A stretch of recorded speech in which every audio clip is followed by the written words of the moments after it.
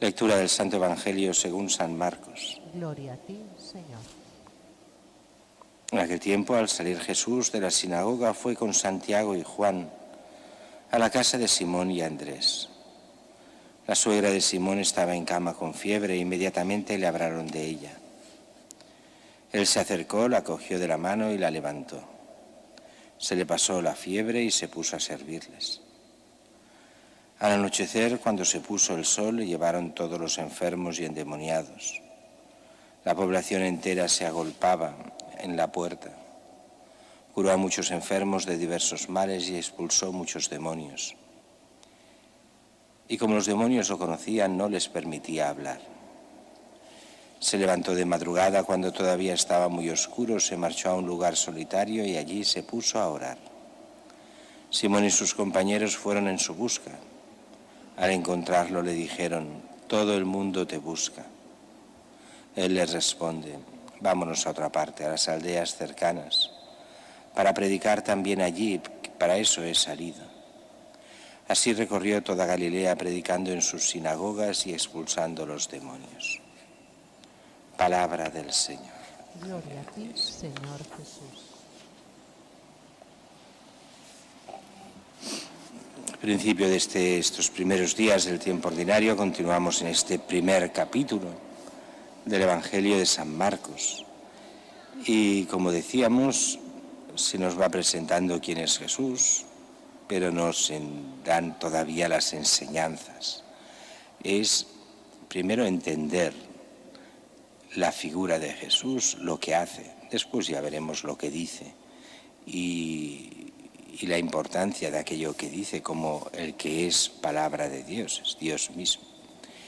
Y dice hoy que Jesús, ayer veíamos que estaba en la sinagoga, en Cafarnaúm, deja la sinagoga y se va a casa de Simón y Andrés. De hecho, será el centro neurálgico de la predicación. Allí vivirá cuando esté en Cafarnaúm, si no está dando vueltas, predicando de pueblo en pueblo.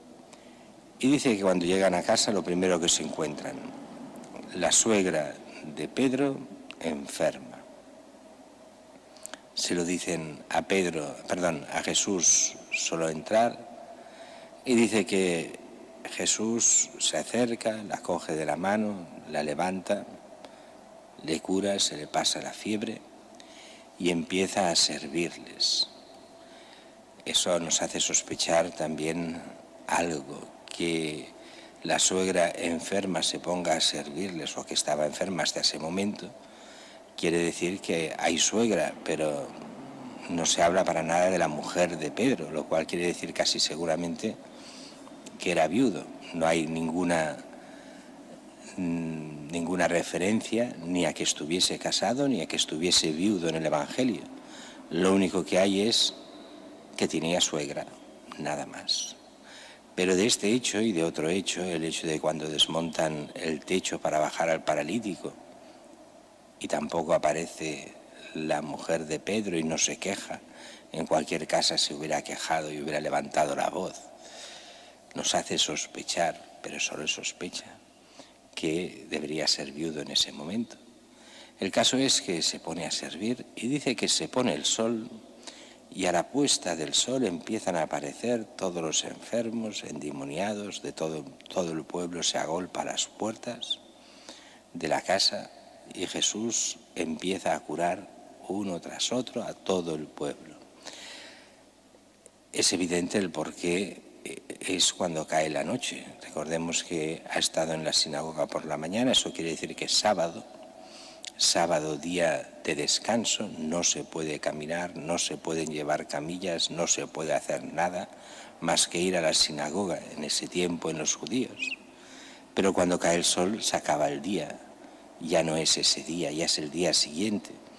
De ahí esa tradición de lo que es la misa que llamamos de vigilia o prefestiva, porque para el mundo judío cuando ya era la tarde-noche, cuando se iba al sol, ya es el día siguiente, y así por eso se hacen las misas los sábados por la tarde de cara al domingo, porque se ha ido el sol en principio, por eso se pide que sean tarde, cuando en teoría ya el sol se ha puesto, aunque a veces no es así. pero porque se considera que ya es el domingo, ese sábado por la noche. En la mentalidad judía el día duraba una noche y un día. Cuando cae la noche ya se ha acabado el día. Así cuando ya caía la noche empezaba ya lo que era el día siguiente. Por eso los primeros cristianos que trabajaban los domingos, porque no era día festivo, la misa del domingo se celebraba cuando empezaba el domingo, o sea, el sábado por la noche. Cuando para nosotros ya, para los judíos ya era domingo, para nosotros es sábado por la noche, para ellos es domingo. Con esa mentalidad Jesús ya puede curarlos, el pueblo puede caminar, puede ir a Jesús. Y Jesús cura a los enfermos.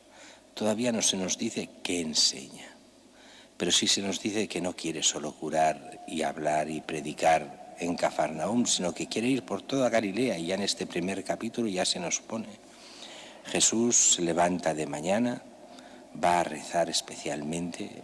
Muchas veces se nos habla de estos rezos de muy de mañana, el levantarse a rezar, y de allí, y a veces incluso por la noche, a veces a primera hora de la mañana, y de allí vienen las ideas, de ahí viene el escoger a los apóstoles, de esa oración vendrá el ir a predicar por Galilea. Esa oración por la noche será la que preparará la pasión de Cristo en el huerto de los olivos. Es la comunión con el Padre que da la posibilidad de actuar a Jesús buscando realmente lo que es la voluntad del Padre, que en el fondo coinciden, la voluntad de Cristo, la voluntad del Padre, porque son en esencia el Dios hecho hombre, de la misma substancia. Es la divinidad en Cristo, que está en plena comunión con la divinidad del Padre, el Hijo y el Padre, en unión con el Espíritu Santo. Para nosotros es ver esta figura de Jesús. No es un hombre más, no es un curandero, es el Hijo de Dios que nos lo irá presentando en estos primeros capítulos para después ver su enseñanza, lo que quiere de cada uno de nosotros.